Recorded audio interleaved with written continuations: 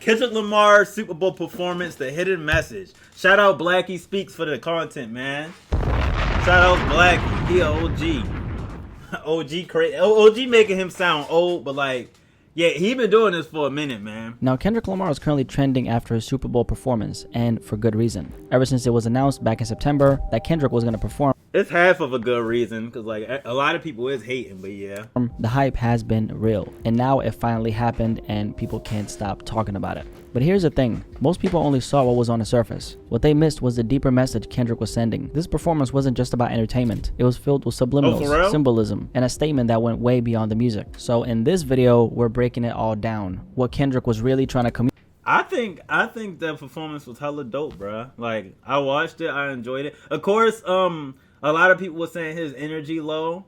I mean, I thought that until like, I'm like, okay, he is rapping every word. Like, it's not like rapping every word to like a regular song. Like, it's literally Kendrick fucking Lamar. Like, the breath control is there, so it's like, you can't be hype with breath control. Yeah, I seen so much disrespect, bruh. But nah, it was a dope performance. I love the message and all that. And he did it for us, bruh. For us. That's all I gotta say. Communicate, and why this might be one of the most important Super Bowl performances we've ever seen. Fact. Let's start with some of the basics, what I'd consider the less exciting but still important details. First, we have the A chain, which caught a lot of people's attention. Some fans believe the A could be a subliminal shot at Drake, referencing the A minor. Which is dumb. Like, come on, bruh. It's like, are y'all Kendrick fans or Drake haters, bruh? Cause like, we gotta draw the line somewhere, bro. Like, nigga, come on.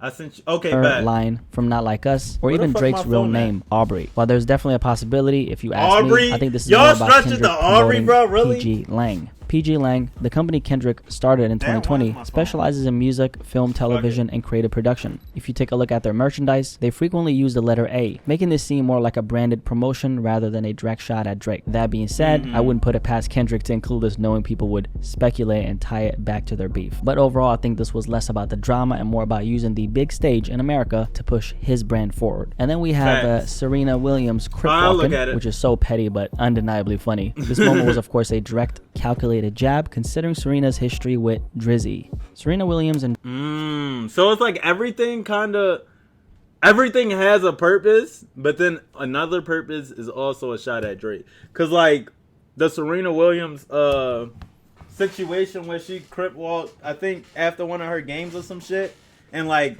they tried to, you know, do some shit to her. I don't know, probably ban her or some shit. I'm not hip to it, but I heard somebody say that earlier.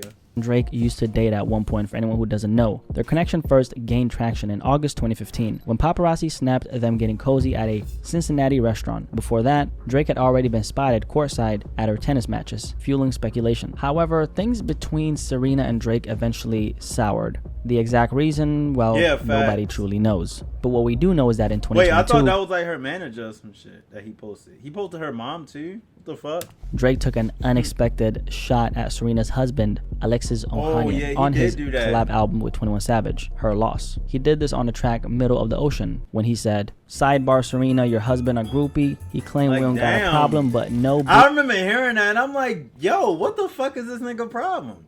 Don't get me wrong, I was enjoying the album too. This is one of the songs that people hype up. I honestly don't like this song because he don't get me wrong, he was rapping good, but like certain bars in there, I'm like, nigga, shut your lame ass, shut your lame ass up. Ooh, it is like you coming for sushi. That was a blatant sign of disrespect, not just towards Alexis, but indirectly towards Serena as well. And it was clear that she caught shade. Alexis Ohanian later responded on Twitter, brushing off Drake's comments while proudly embracing his role as a quote-unquote groupie for his wife and daughter. Very respectable man. Oh, what's good? What's good? We got Kai in the building. Know what I'm saying? Fast forward to the Super Bowl, and Serena's playful yet symbolic crip walking during Kendrick Lamar's performance almost felt like a subtle but satisfying clapback for the both of them. I think the deeper context definitely made it hilarious in its own right, whether intentional or not, which it probably was. It was another reminder that hip-hop and pop culture history always finds a way to resurface. So Serena, one of Drake's exes, and they obviously had a fallout. What a better way to send a message on the biggest stage than having her dance or crip walk to what is essentially the national hater anthem against Drake. Also, SZA was up on that stage with Kendrick, and for anyone who didn't know, SZA used to actually date Drake back in 2009. So there's that. I thought it was 08. But okay. Angle. There's also another layer to this moment. Serena did grow up in Compton before moving to Florida at the age of 9. So not only does she share hometown roots with Kendrick Lamar, but the fact that they came together collectively to embrace a song that openly disses Drake, that's a shot 100%. It almost felt like, hey man, it's like how can she not represent that song, bro? Like, come on, man. That's her hometown. She don't fuck with Drake either. And she could crip walk to it. Like, it sounds like a win-win to me, my nigga. A full circle moment. Kendrick, the hometown hero, using his Super Bowl performance to take aim at an industry rival. And then Serena, who grew up in Compton, casually hitting the crip walk to the same song right there on national television. Aside from that, we have Kendrick conveniently turning into the camera as soon as he said, "Say Drake, I hear you like a young. Better not go to Cell Block 1." Now that, I don't think there's anything particularly deep about that, but you guys see the look on this guy's face when he says that.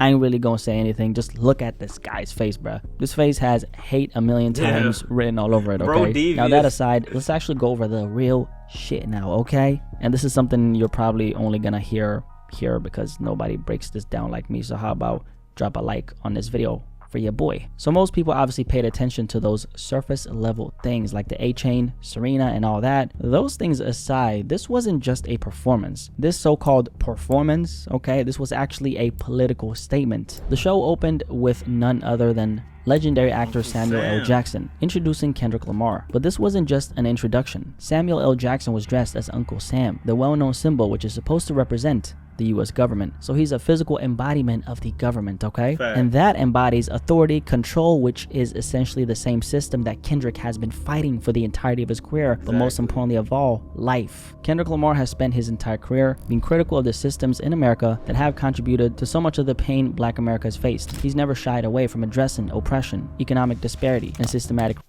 Being the nigga that was doing the fucking series of like going through the discography in order and shit, that is a fact, bro. He been talking about this shit since day one. I mean, not really day one, but like he been talking about this at a fucking young ass age, bro. Racism in his music. In I don't fact, know what the fuck he was doing an entire on that album first to these tape. themes in 2015 called To Pimp a Butterfly. One of the most striking examples of this is Wesley's Theory. The very first song on the album where Kendrick raps, "Anything to see, my name is Uncle Sam, I'm your dog. Motherfucker, you can't live at the mall. I know you're kind, that's why I'm kind. Don't have receipts, oh man, that's fine. Pay me later, wear those gators. Cliche, then say F your haters." Now this particular song is about the financial traps that have kept Black Americans stuck in a cycle of debt and economic struggle. Kendrick paints a picture of the US government personified as Uncle Sam, luring young Black men. That song is so fucking amazing because like it's sonically, I can see the dollar in you, but it sonically sounds so good, but like deep inside, that's how I feel about a lot of songs on To Pimp a Butterfly, and that's why that is like my best album for him, because like it's so much like things that you can enjoy by the ear, but then the complexity behind it is that it's having such much more of a deeper meaning and shit.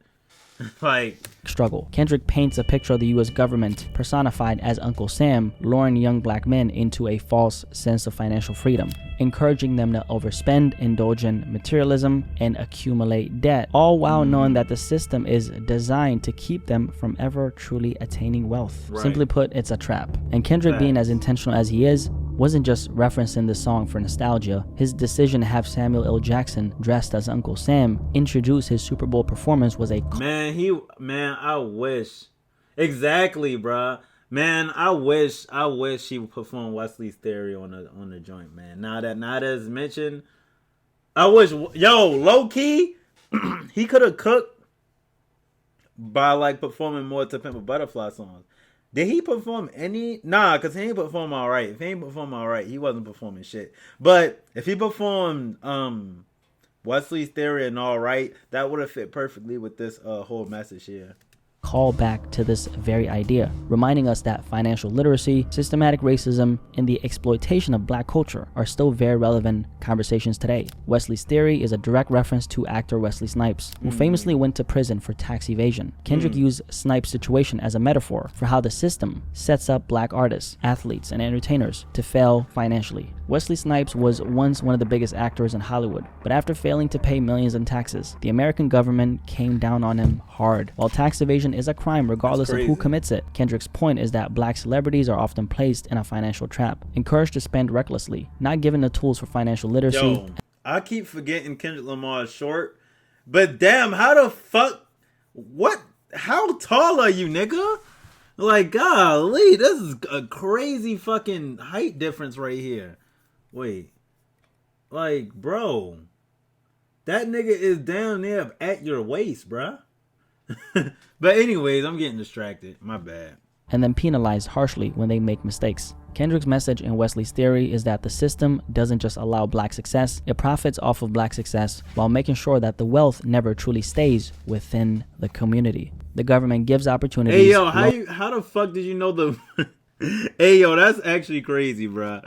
Owns an access to luxury, but then punishes those I think who he don't wanted navigate people the to system look correctly. at the way the performance was set up rather than his already political... Okay. That makes sense, though.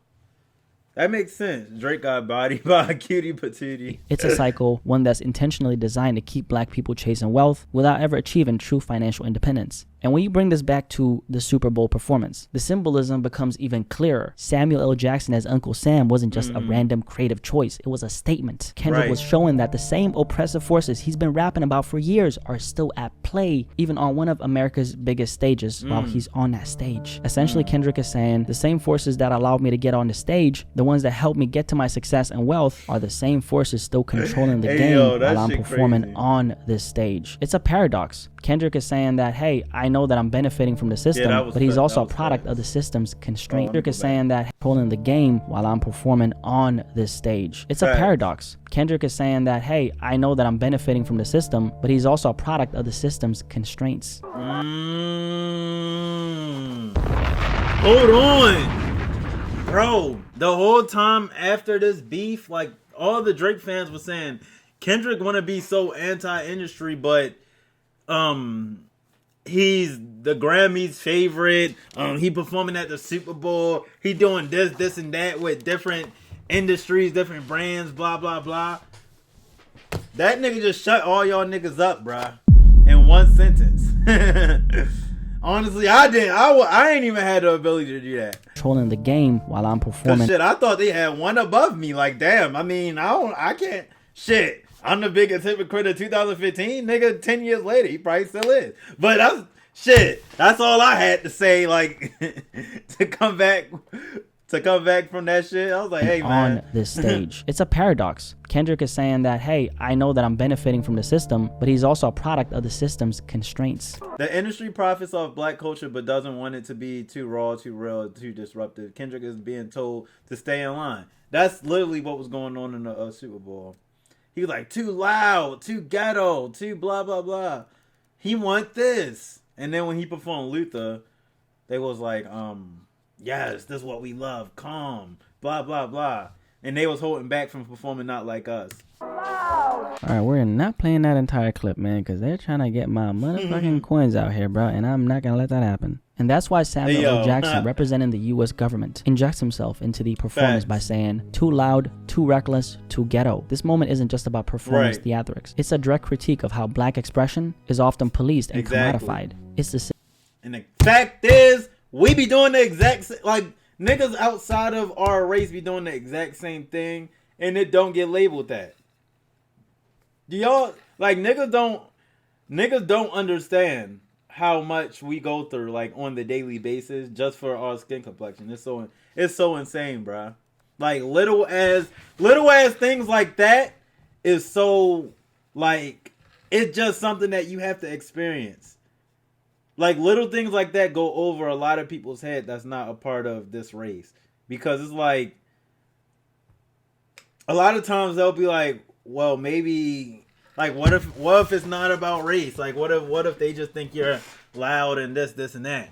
Bro, tell me why, if I go on TikTok right now, I see a black person doing something, it's going to get called ghetto. But if I see the same person, I mean, if I see a TikTok of a white person doing the same thing, it get called a life hack. What the fuck, bruh? Is that not weird? Come on, man.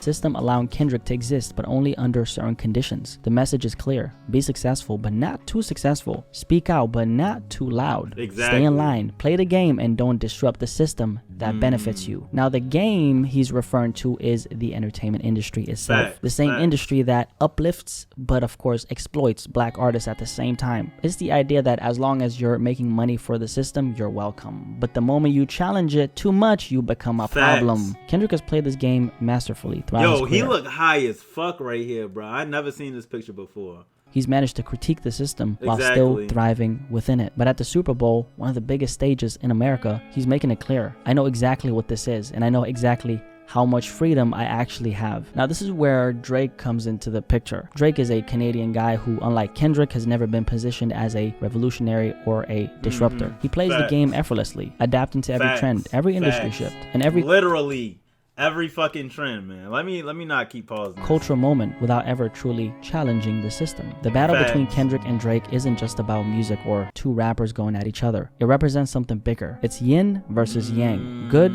versus evil, authenticity versus industry manipulation. Kendrick is the artist who constantly critiques the system, calling out. Hold on now, he's spitting again. Wait a minute. I ain't even ever really look at it like that. Like, of course, I put it in my mind like, yeah, Kendrick is industry. I mean, Kendrick is like authentic, and Drake is like industry, like trendy. You feel me? But I never put it together like, nah, that's the reason it is falling together. Out its flaws and exposing its traps. Drake, on the other hand, is the artist who thrives within the confines of the system. Drake for a long time has represented the industry's favorite artist, marketable, accessible, and not so controversial. Kendrick, on the other hand, represents the people's artist, critical, disruptive, and unwilling to conform. Their rivalry has been painted as just another rap beef, but on a deeper level, it's a clash of ideologies. That's really what it is. So when Kendrick takes on the biggest stage in American entertainment and turns it into a statement against the system, it's not just about Drake.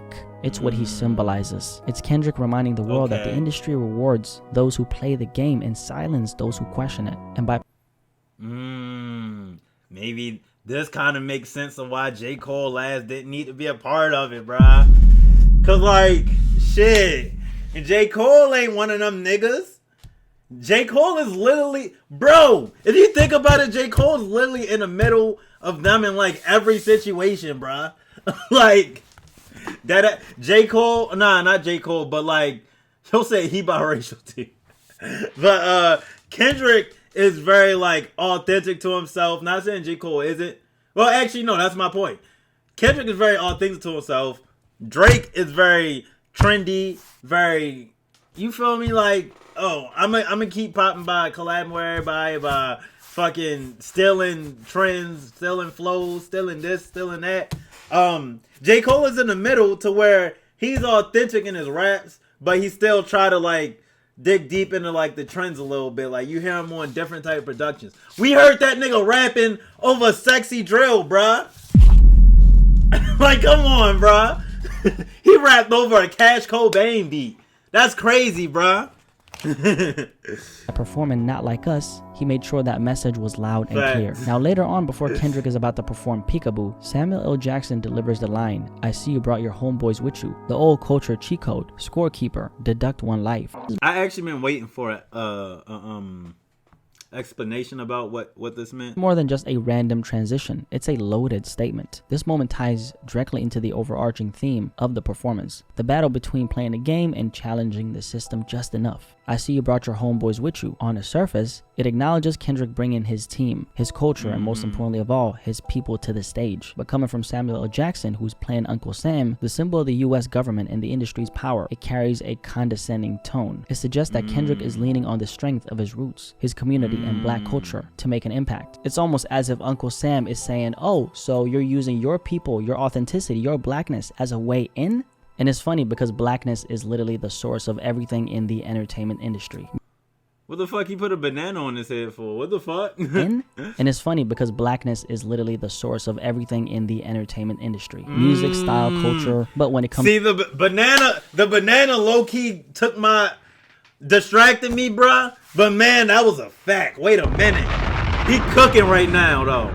He cooking right now. Is literally the source of banana, everything man. in the entertainment industry. Music, style, culture. But when it comes to the image that the industry wants to represent, it's often watered down, controlled, or repackaged to be more digestible for mainstream audiences. Facts. Hip-hop, R&B, and black culture as a whole have shaped every major movement in music and entertainment. Yet the industry has historically treated black artists as both the foundation and the afterthought. Black artists are expected to innovate, set trends, and define culture. But when they become too outspoken or too disruptive or too unapologetically black, they're met with resistance, and this is that resistance at play. When Samuel L. Jackson as Uncle Sam dismisses Kendrick's authenticity as just a cultural cheat code, it reflects how the industry uses black culture while trying to control who gets to profit from it. So this could cook up! This nigga spitting. Wait a minute. Be a subtle dig at how the industry exploits black culture, allowing artists to bring their background into the mainstream only when it benefits the system. Facts. Also, he's performing peekaboo, so let's talk about the white outfits, okay? Because those white outfits right there is definitely more than just a fashion choice. If you follow Kendrick's career, you know that he doesn't do anything without...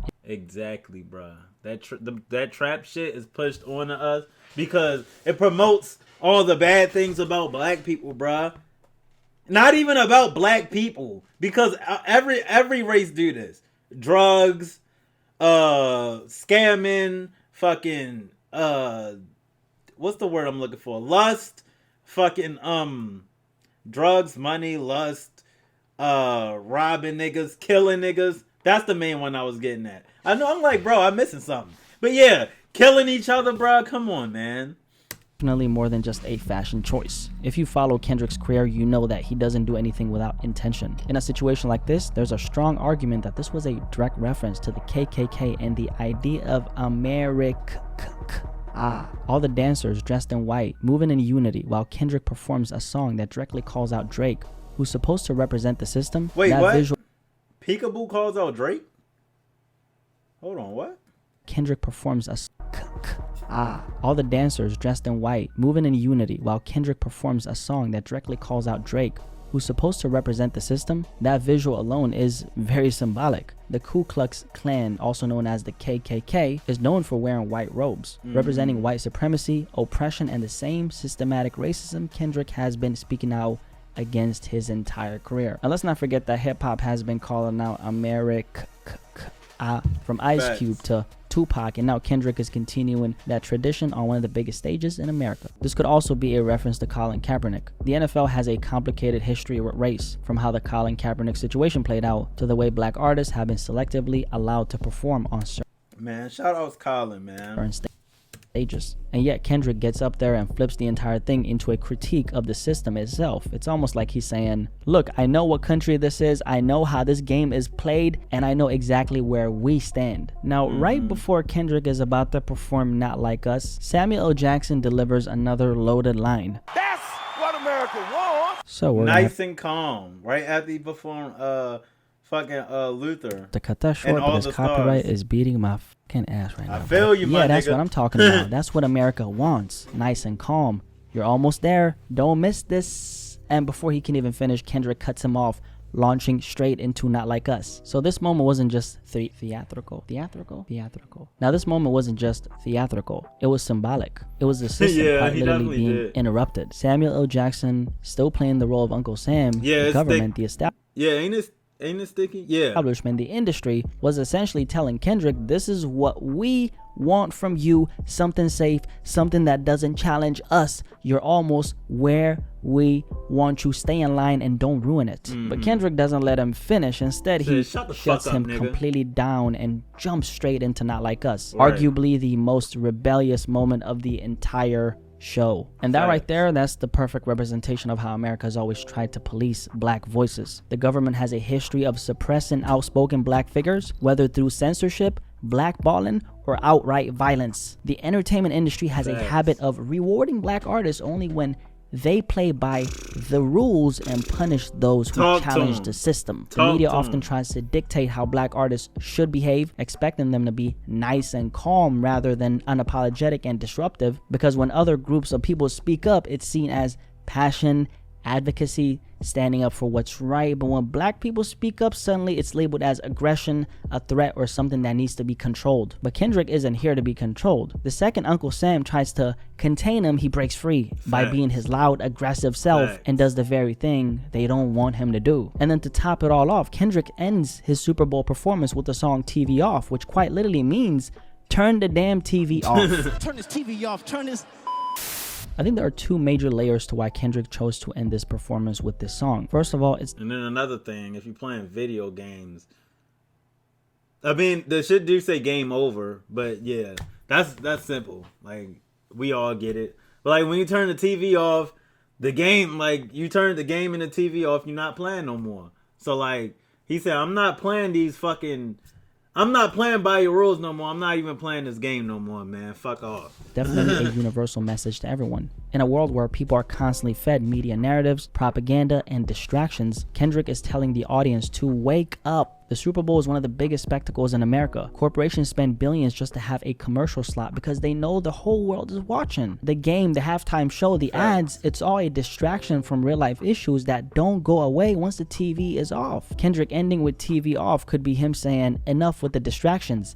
Think for yourself. And then the other half of the message is a message to Black America. The media has historically controlled the narrative about black people, whether through the news, entertainment, or politics, or the entertainment industry. The way black artists, athletes, and leaders are portrayed is often filtered through a lens of control, only showing what fits the agenda. So when Kendrick closes off his performance with TV Off, it's his way of telling Black America to stop letting the media dictate their reality. Don't let America decide who your heroes are. Don't let the system control the narrative. Kendrick was clearly sending a message with this performance, and I can't believe there are people who thought this was just a regular halftime show, but then again, it makes sense. The masses only see what's on the surface. That's how it's always been. Most people just saw a high energy performance, a few viral moments, and some controversy. But if you've been following Kendrick's career, you already know that this man never does anything without a purpose, and that's why I respect him so much. You can't hear me break all this down and still think it was just about entertainment. Love him or hate him, Kendrick has always been about the message. He's never been the type to chase clout or drop music just for the sake of it. Every time he speaks, he's saying something, and this performance was just another example of that. And this is exactly why I'm so happy he's having this moment, because we finally have an artist on the biggest stage in America who's as authentic as an artist can possibly be. From mixtape Kendrick to Super Bowl Kendrick, I've been following this guy since he first came in the game. Sounded like Lil Wayne back when he was still, Lil K Dot, rapping over other people's beats and finding his voice.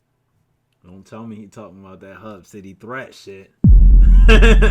He probably talking about C4 though, because he said rapping. I mean, he was doing that on Hub City, and the other one, I forgot what the other one was called.